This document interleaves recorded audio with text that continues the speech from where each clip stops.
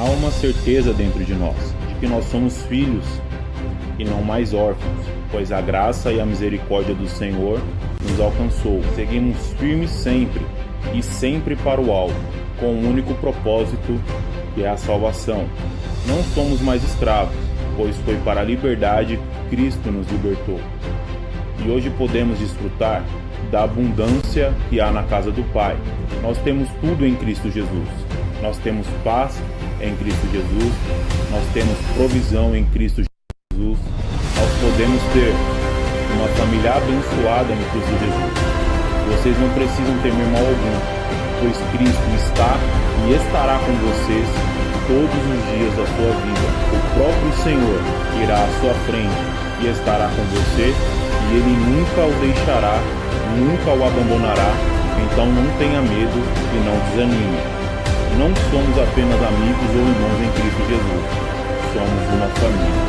E EQ Guarulhos, uma igreja que nasceu para amar. 10, 9, 8, 7, 6, 5, 4, 3, 2, 1. Boa noite, irmãos. Paz seja convosco. Nós estamos aí na campanha dos 21 dias de milagre. Hoje eu vou falar com vocês do 8º dia e ver o que Deus tem preparado pra gente. Gostaria que você nesse momento fechasse os seus olhos, agradecesse ao Senhor e fizesse essa oração junto comigo. Senhor, em nome de Jesus, nós estamos, Deus, diante da Tua presença, pedindo a Ti, Senhor Deus, nesse momento para que o Senhor fale conosco, fale em nosso coração. Sonde, Senhor, meu Deus, os nossos maiores desejos diante da Tua presença. Sonda, Senhor Deus, dentro de nós aquilo que precisa ser ajustado, aquilo que precisa ser transformado por Ti, Senhor. Nós entregamos, Senhor Deus, mais um dia nas Tuas mãos. Entregamos, Senhor, nossa família, nossa casa, nosso trabalho, nossos irmãos, nossos parentes, nossa igreja, nossa liderança, nossos pastores. Senhor, que o Senhor possa nos abençoar, Senhor, abençoar, Pai, todos aqueles que nos rodeiam, Pai. Senhor, que nesses dias, Pai, de jejum e de oração, que o Senhor possa falar, Senhor Deus, conosco novamente, Pai, nos trazendo a luz da Tua palavra, nos trazendo, Pai, a Tua direção, trazendo, Senhor Deus, tudo aquilo que o Senhor tem projetado para os Seus filhos. Pai, que o Senhor venha falar conosco através da Tua palavra, em nome de Jesus. Eu vou pedir para vocês abrirem a sua Bíblia aí, em Mateus 4. Nós vamos falar sobre Jesus. Vamos falar quando Jesus estava nesse mesmo propósito que a gente está, jejuando, orando, e ainda assim ele foi tentado. Em Mateus 4:1 diz o seguinte: Jesus foi conduzido pelo Espírito ao deserto para ser tentado pelo diabo. No 2, depois de jejuar 40 dias e 40 noites, teve fome. A palavra de Deus aqui, ela nos mostra o quão difícil é a gente conseguir se libertar do que o diabo tem tentado preparar para nossas vidas. O diabo, ele tem o objetivo dele, ele tem um projeto dele sobre a vida de cada um de nós. Por isso que nós temos que ficar sempre vigilantes, sempre atentos, prestando atenção em todos os detalhes que ocorrem na nossa vida, tanto detalhes bons quanto detalhes ruins. Porque tudo é uma preparação para que a gente possa seguir diante da presença do Senhor. E o diabo, quando ele percebeu que ele ia perder ali uma batalha, porque o plano de Deus estava acontecendo, Jesus era um filho de Deus aqui na terra, 100% homem, 100% Deus, e ele ia começar o seu ministério. Quando ele foi começar o seu ministério, ele fez um jejum de 40 dias e 40 noites. E ali ele não tinha erro, ele não tinha pecado, ele não teve pecado. Então o diabo traçou ali um objetivo. O objetivo do diabo naquele momento era levar Jesus a pecar no deserto. Por que no deserto? Porque no deserto existem muitos obstáculos. O deserto ali de Jesus naquele momento eram 40 dias de fome, era 40 dias em jejum. E todos, e como a natureza dele naquele momento era 100% homem, ele teve fome. Ele sentiu fome, a Bíblia relata isso. Então aquilo era a tentação, naquele momento para Jesus, a tentação era ter fome. Às vezes a nossa tentação é diferente, irmão. A tentação do homem hoje, Satanás não vai te levar num penhasco, como ele fez com Jesus, e mandar você adorar ele, assim tão diretamente como ele fez com Jesus. Ele vai fazer com a gente de forma diferente. Ele vai fazer você adorar outras coisas que você não percebe, mas que no final elas vão te levar à ruína. O objetivo de Satanás é sempre provar para Deus que não somos perfeitos, que não podemos adorar ao Senhor, porque temos pecado. E isso ele tentou com Jesus. E o objetivo daquele momento do diabo era fazer com que Jesus pecasse. O objetivo de Deus naquele momento era provar para o diabo que Jesus era o Filho perfeito e que o plano iria se cumprir. E o objetivo de Jesus era agradar a Deus. Então, ali dentro dessa passagem, a gente vê que existem 3 objetivos diferentes, 3 objetivos que se completam e que da mesma forma, eles são objetivos totalmente diferentes, que podem te levar para rumos diferentes. Satanás, ele sabe que dentro do deserto, que não é um lugar confortável. Às vezes eu e você passamos pelo deserto, ou às vezes você ainda está em um deserto na sua vida. Ainda existe algo na sua vida que precisa ser mudado, precisa ser transformado, precisa que a palavra de Deus realmente entre na sua casa, no seu lar, transforme os seus familiares. De repente você está sofrendo com alguém nas drogas, alguém na bebida. De repente você está passando por um período de seca, de desemprego, passando dificuldade.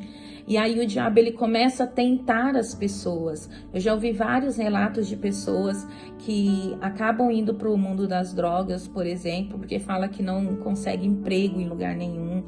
Muitas pessoas que acabam virando moradores de rua, porque o objetivo de Satanás é destruir a humanidade, é destruir mais um adorador de Deus, é destruir mais uma pessoa que se prostra diante do Deus vivo.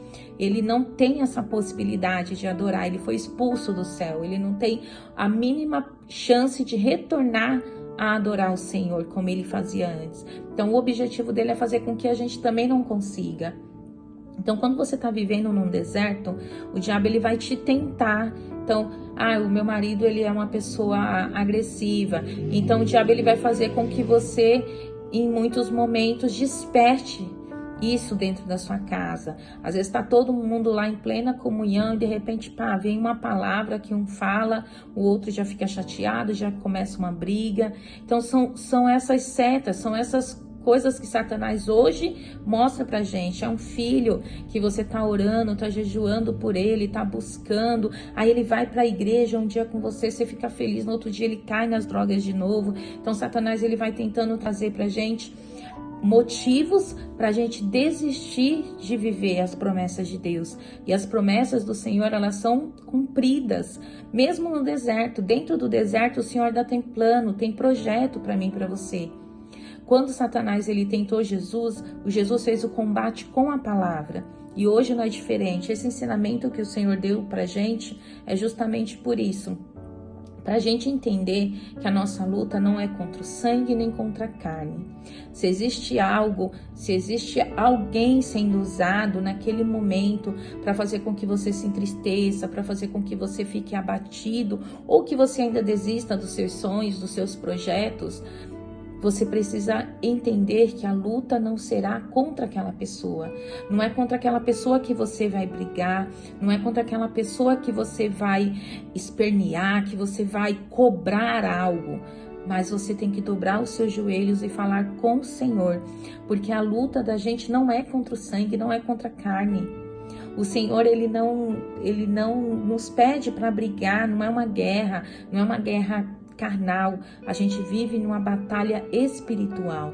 Então assim, o que está por trás dessas pessoas não é nada que você possa palpar. Então você só vai vencer com luta em oração, só com lutas em jejum. Você jejuando, a casta de demônios que só com jejum e oração. Então nós podemos muito bem ajoelhar todos os dias, apresentar essas vidas, apresentar esse propósito, apresentar os seus projetos para o Senhor, sabendo que mesmo nos momentos que a gente esteja mais ali aprofundado dentro do deserto, o Senhor ele vai entrar com a providência na nossa vida, na nossa casa, na nossa família. Mas tudo há um tempo. Em Eclesiastes diz que há tempo para todas as coisas. E nós não podemos tentar apressar o relógio divino. O relógio divino ele não tem o mesmo momento. Ele não tem 60 minutos que a gente pensa. Ele não tem as horas que a gente pensa. Ele não tem o dia. O relógio divino ele tem um tempo para cada um de nós. Por que muitas vezes tem algumas pessoas que conseguem receber algo de Deus muito rápido quando está na presença de Deus e outros demoram mais? Porque o relógio da gente é um relógio que é igual para todo mundo. Eu tenho 24 horas, você tem 24 horas. Claro que cada um tem o seu propósito dentro dessas 24 horas, seus afazeres. E aí as horas acabam ficando mais curtas para um, mais curtas para outro, maiores para outros. Mas no final a gente vive 24 horas. Mas o relógio divino é totalmente diferente. Quando Jesus foi lá tentado ao deserto, que ele passou 40 dias e 40 noites, ali existia um relógio divino em ação. Só que o relógio divino que estava acontecendo naquele momento era de uma batalha onde o diabo queria mostrar que todo aquele tempo que Jesus estava ali na terra era perdido e o Senhor estava mostrando que Jesus iria conseguir. E Jesus, sabendo que ele precisava agradar o Pai, ele combateu com a palavra. Às vezes eu e você queremos combater alguma coisa sem ser com a palavra. E tudo que você vai fazer, irmão, qualquer tipo de ação que a gente possa ter, se não estiver baseado dentro da palavra de Deus, está errado. Se eu tentar combater de alguma forma, alguma discussão, se eu tentar fazer algo que não vem da parte do Senhor, minha mente, né, a nossa mente, ela é muito fértil, então ela projeta as coisas. Você precisa ver se dentro da sua projeção, dentro do seu sonho, dentro da forma que você vai lutar, está baseado na palavra de Deus. Se estiver baseado na palavra de Deus, vai dar tudo certo.